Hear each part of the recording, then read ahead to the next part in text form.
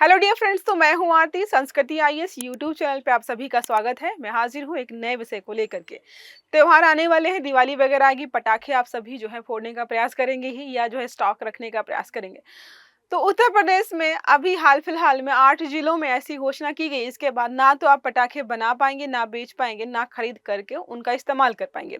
कौन कौन से जिले हैं और इस प्रकार के निर्णय क्यों लिए गए हैं, ये भी हम देखेंगे। वैसे भी हर साल जब भी दिवाली वगैरह आती है तो पटाखों के इस्तेमाल पर लगातार प्रश्न उठते हैं कि क्या इनकी वजह से वायु प्रदूषण, ध्वनि प्रदूषण की मात्रा बढ़ जाती है और समस्याएं भी होती हैं। आप देखते हैं जैसे ही दिवाली के बाद ठंड का मौसम स्टार्ट होता है तो एनसीआर का पूरा रीजन जो है वायु प्रदूषण के चपेट में आता है और पीएम 2.5 पीएम 10 ये सारे जो है इनकी मात्रा बहुत बढ़ जाती है और लोग जो है बीमार होना शुरू हो जाते हैं। लॉन्ग टर्म में जो है लोगों को प्रभावित करता है।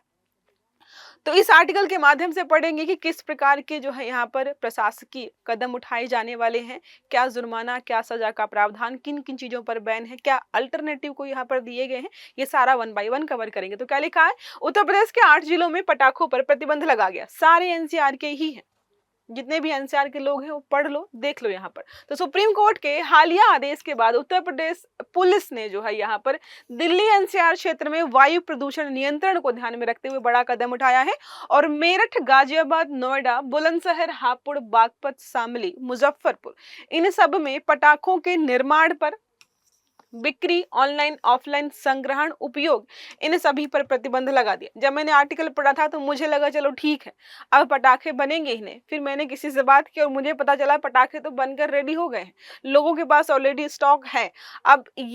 अब बनाने की बात करें कि अब नहीं बनेंगे तो अब कोई बना भी नहीं रहा है। 2 4 10 जो लोग बना रहे हैं कोई फर्क पड़ता नहीं है, पटाखे ऑलरेडी बनकर तैयार हो गए हैं। तो अब बस बिकना बाकी है और हमें पता है जैसे फेस्टिवल्स होते हैं लोग 100 की चीज 200 में खरीदेंगे, लेकिन खरीद कर उनको फोड़ेंगे जरूर। ये फैसला दिवाली और अन्य त्योहारों में जो है होने वाले प्रदूषण को रोकने के लिए लेकर आया गया है। कितना रोक पाते हैं, हर साल दिवाली के पहले इस प्रकार के नोटिफिकेशंस जारी होते हैं। कितने लोग मानते हैं वो सब हमको पता है। ये मैप के माध्यम से बताया गया है कहाँ कहाँ पर कौन सा जो है आपको शहर देखने को मिल जाएगा। जो भी 8 जिले हैं, मेरठ है, शामली, बुलंदशहर, मुजफ्फरनगर, बागपत, गाजियाबाद, नोएडा और हापुड़। ठीक है, चलो ये हमने देख लिया है प्रबंधित जिले कौन कौन से हैं। प्रबंध या प्रतिबंध का दायरा क्या रहने वाला है, तो पटाखों का निर्माण, बेचना, खरीदना, ऑनलाइन ऑफलाइन सब कुछ बंद कर दिया गया है। नागरिक और संस्थाओं, चाहे पर्सनल कोई एक प्राइवेट पर्सन बेच रहा हो या कोई संस्था बेच रही हो, सबको इस दायरे में रखा गया है। कानूनी कार्यवाही है कि अगर पकड़े गए तो 5 साल की सजा और 1 लाख का जुर्माना लगाया जा सकता है। तो मुझे लगता है थोड़ा उल्टा होना चाहिए था, 5 साल की जगह जो है 5 लाख। लोग जो है वित्तीय जो पैसे भरने पड़ते हैं ना, उससे लोग ज्यादा डरते हैं मुझे लगता है। अब बात करते हैं शिकायत दर्ज कराने का विकल्प क्या है। बहुत सारे तरीके हैं। आप कहीं पर भी देखो कि पटाखे मिल रहे हैं, खरीदे जा रहे हैं, बन रहे हैं, तो बस 112 हेल्पलाइन नंबर पर कॉल करना है। व्हाट्सएप नंबर भी दिए गए हैं, सोशल मीडिया प्लेटफॉर्म भी दे दिए गए हैं। यदि यूपी प्रदूषण नियंत्रण बोर्ड की वेबसाइट पर भी बहुत सारे विकल्प हैं। मुझे लगता है इस प्रकार के इनिशिएटिव्स अच्छे से काम करें, इसके लिए आपको यहाँ पर लिखना चाहिए कि अगर आप इन इन माध्यमों से पुलिस को जानकारी देते हैं तो आपको इतना इनाम दिया जाएगा। आप फिर देखिए एक भी पटाखा कहीं बिक जाए तो पॉसिबिलिटी 0 नजर आएंगी आपको। अन्य पहलू देखें तो सुप्रीम कोर्ट का आदेश लगातार जब भी दिवाली वगैरह कोई भी फेस्टिवल होता है तो सुप्रीम कोर्ट के इस प्रकार के जजमेंट हम पहले ही पढ़ चुके हैं कि प्रदूषण की वजह से जो है श्वास रोग, अस्थमा और हार्ट डिजीज लगातार बढ़ रही है, खासकर बच्चों और बूढ़ों में। तो कोर्ट ने बोला था कि ग्रीन पटाखे बनाओ, लेकिन ग्रीन पटाखे बनाने के बावजूद भी समस्या खत्म नहीं हो पाई। तो इस बार जो है पूर्ण प्रतिबंध लगा दिया कि ग्रीन, ब्लू, येलो कोई भी यहाँ पर जो है पटाखा आप इस्तेमाल ही नहीं करेंगे, पूर्णतः बैन लगा दिया गया है। अब ये जो भी चीजें बात करते हैं तो जो एनसीआर रीजन है, ऐसा हर बार देखा जाता है कि ठंड की शुरुआत दिवाली के बाद से मतलब यहाँ पर एयर क्वालिटी इंडेक्स है ये 400 से 500 पहुंच जाता है। 500 का मतलब होता है सबसे ज्यादा खतरनाक। इसके अलावा पराली जलाने वाली भी समस्या हो जाती है। औद्योगिक प्रदूषण तो हो ही रहा है। एनसीआर के जिले जैसे नोएडा और गाजियाबाद दिल्ली की वायु गुणवत्ता पर ये सीधा असर डालते हैं। जब है ही एनसीआर रीजन में, वहां पर कुछ भी होगा तो दिल्ली का वायु प्रदूषण और यहाँ पर चरम पर पहुंच जाता है।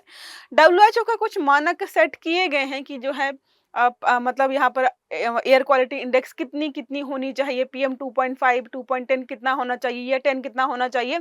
और हर बार यही एनालाइज किया जाता है कि हम डब्ल्यूएचओ के मानकों से 30 से 40% ज़्यादा ही रहते हैं। मतलब अगर यहाँ पर डब्ल्यूएचओ बोल रहा है कि 2.5 की जो है मतलब संख्या जो है, या मान लीजिए क्वांटिटी 10 होनी चाहिए, 20 होनी चाहिए, तो वो हम जो है 30, 40, 50, इवन 60 तक भी रहते हैं। बच्चे, बुजुर्ग और गर्भवती महिलाओं पर इन चीज़ों का या वायु प्रदूषण का सबसे ज़्यादा असर पड़ता है, और ये देखते भी हैं। जब पराली वाला मुद्दा आता है तो मैंने पढ़ा था पिछले साल की पराली जलाने वाले किसान या जो भी है, वहां पे आसपास रहने वाले लोग भी बीमार पड़ते हैं। जो दिल्ली के एम्स या अन्य प्रकार के हॉस्पिटल्स हैं, उन्होंने ये दावा किया कि पराली जलाने के बाद बहुत सारे लोगों में स्वास्थ्य संबंधी बीमारियों की संख्या लगातार बढ़ती हुई दिखाई देती है। तो जलाने वाले खुद भी सुरक्षित नहीं है, और जो इस एरिया में या इलाके में रहते हैं वो लोग भी बीमारियों का शिकार होते हैं।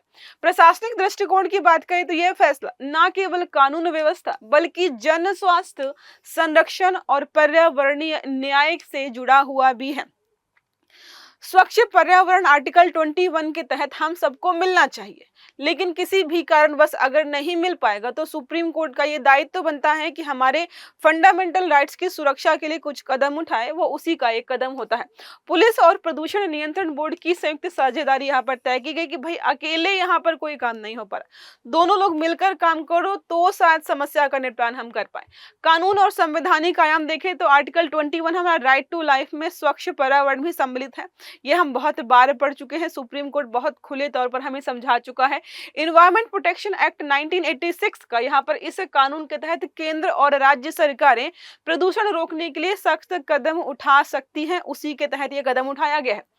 और बात करते हैं air prevention and control of pollution act 1981 का, वायु प्रदूषण नियंत्रण के लिए जो है प्रमुख कानूनी आधार यहीं से मिलता है। इसके अलावा नॉइस पोल्यूशन, अब पटाखे जब बहुत बड़ी मात्रा में, जैसे जैसे हम आगे बढ़ रहे हैं, सुप्रीम कोर्ट, प्रशासन, राज्य सरकारें, केंद्र सरकारें प्रयास कर रही हैं कि लोग पटाखे ना जलाएं। लेकिन जैसे ही नए जब भी दिवाली आती है हर साल की, हम कुछ नए प्रकार के पटाखे देखते हैं, तो लोग इनोवेशन कर रहे हैं कि ज्यादा शोर और ज्यादा लाइटनिंग वाले पटाखे हम कैसे बना सकते हैं। वहां प्रशासन कंट्रोल करने का प्रयास कर रहा है कि भाई पटाखे नहीं बनाने हैं, ना बेचने हैं, ना फोड़ने हैं, लेकिन लोग दूसरे तरीके से काम करते हैं।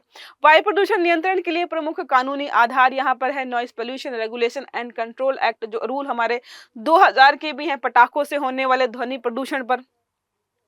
जो भी जीव जंतु, पशु पक्षी हैं, इस समय जो है बहुत ज्यादा परेशानी उनको होती है, ये हम देखते आए। लेकिन आजकल के अब भारत में जो है हम देखें तो जितने ज्यादा पटाखे आप जलाएंगे, समाज में आपकी प्रतिष्ठा उतनी बढ़ जाती है।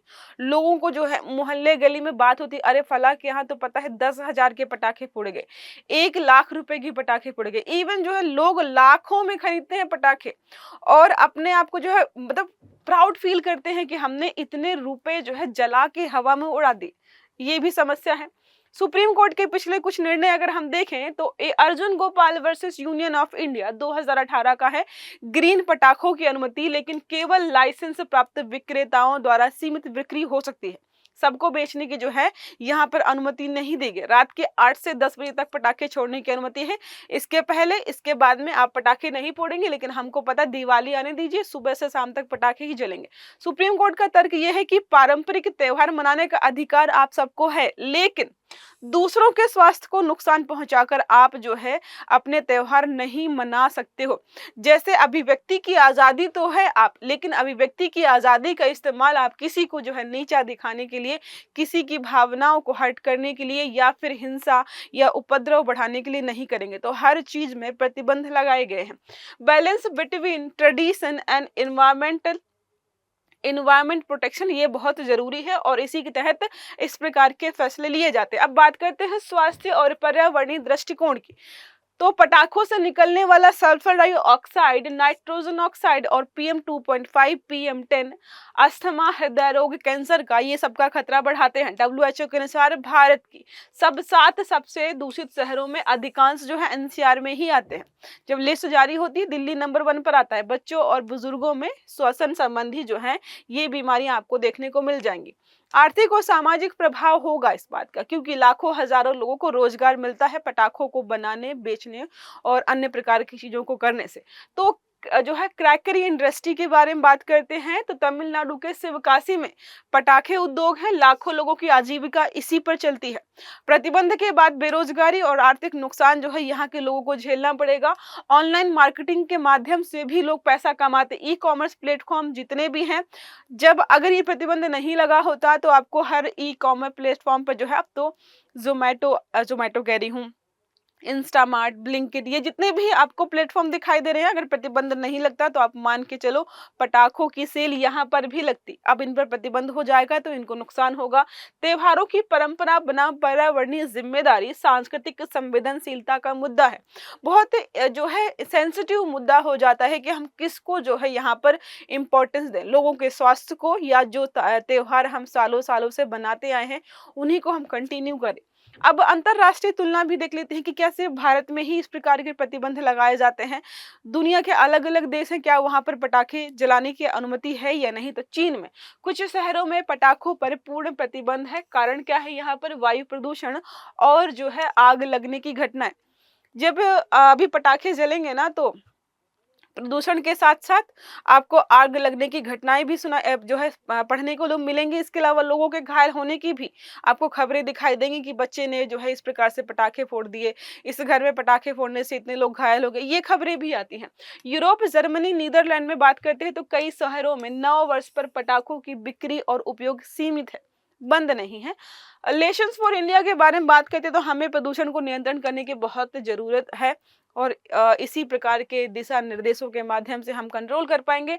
वैकल्पिक उपाय मतलब अगर डायरेक्टली या कंप्लीटली हम बैन नहीं कर सकते हैं तो कुछ अल्टरनेटिव जो है चीजें हो सकती हैं, जैसे ग्रीन पटाखे कम प्रदूषण फैलाते हैं। ऐसा नहीं कि पूर्णतः बिल्कुल प्रदूषण फैलाते ही नहीं, कम प्रदूषण फैलाते हैं। लेकिन जब इस प्रकार के पटाखे जो है चर्चा में आए थे तो लोगों की शिकायत ये थी कि ये आवाज कम करते हैं और पटाखे का मतलब है ज्यादा आवाज, तो लोगों ने इनको जो है खरीदना बंद कर दिया या कम ही खरीदते। लेजर या ड्रोन लाइट शोज हो सकते हैं जो कि ज्यादा इंटरेस्टिंग लगेंगे, लेकिन हमें पता है ये बहुत महंगे होंगे और हर व्यक्ति के बस में नहीं होगा कि सब लोग खरीद के जो इस प्रकार के शो करें। पब्लिक अवेयरनेस, त्योहार मनाने की वैकल्पिक परंपराओं को बढ़ाना। दिवाली में दीपक जलाना और आपस में भाईचारा, बहुत सारी चीजें हैं जो हम कर सकते हैं। पटाखे जलाना ही त्योहार है, ये लोगों की जो मानसिकता है ना उसको हमें खत्म करने की जरूरत है। बिना पटाखों के भी त्योहार मनाया जा सकता है। ऐसे जो है ज्ञान आपको इंटरनेट, सोशल मीडिया पे मिलेंगे, कुछ हद तक सही भी लगते हैं क्योंकि वैकल्पिक है ये त्योहार के साथ जो है। हाँ, अगर ये बोल देते कि दीपक नहीं जला सकते हो तो आप जो है सुप्रीम कोर्ट, हाई कोर्ट, जहां पर भी जाना चाहें जा सकते थे। लेकिन पटाखों की वजह से ही त्योहार नहीं मनेगा, अगर नहीं जलाने को मिलेगा, ये थोड़ा जो है यहाँ पर संशयपूर्ण हो जाता है। सहयोगात्मक दृष्टिकोण तो पुलिस और pollution control bureau, local government और कम्युनिटी, इन सबको साथ मिलकर काम करना पड़ेगा, अकेले के बस की बात नहीं है। अब एक प्रश्न हमारा इसी आर्टिकल से संबंधित है, पूछ रहा है भारत में वायु प्रदूषण को नियंत्रित करने के लिए कौन सा प्रमुख कानून लागू है। पहला है फॉरेस्ट कंजर्वेशन एक्ट 1980, दूसरा है air prevention and control of pollution act 1981, तीसरा विकल्प है बायोलॉजिकल डाइवर्सिटी एक्ट 2002, चौथा और आखिरी विकल्प है माइंस एंड मिनरल्स एक्ट 1957। तो सही आंसर आपको देना है कमेंट बॉक्स में। आई होप ये आर्टिकल आपको समझ में आया होगा। वीडियो अच्छा लगा है तो लाइक करना है, चैनल को सब्सक्राइब करना है, बेल आइकन दबाना है ताकि इस प्रकार के जितने भी आर्टिकल्स हैं वो सारे आपको मिलते रहें। तो अच्छे से पढ़िएगा। Have a good day. Thank you.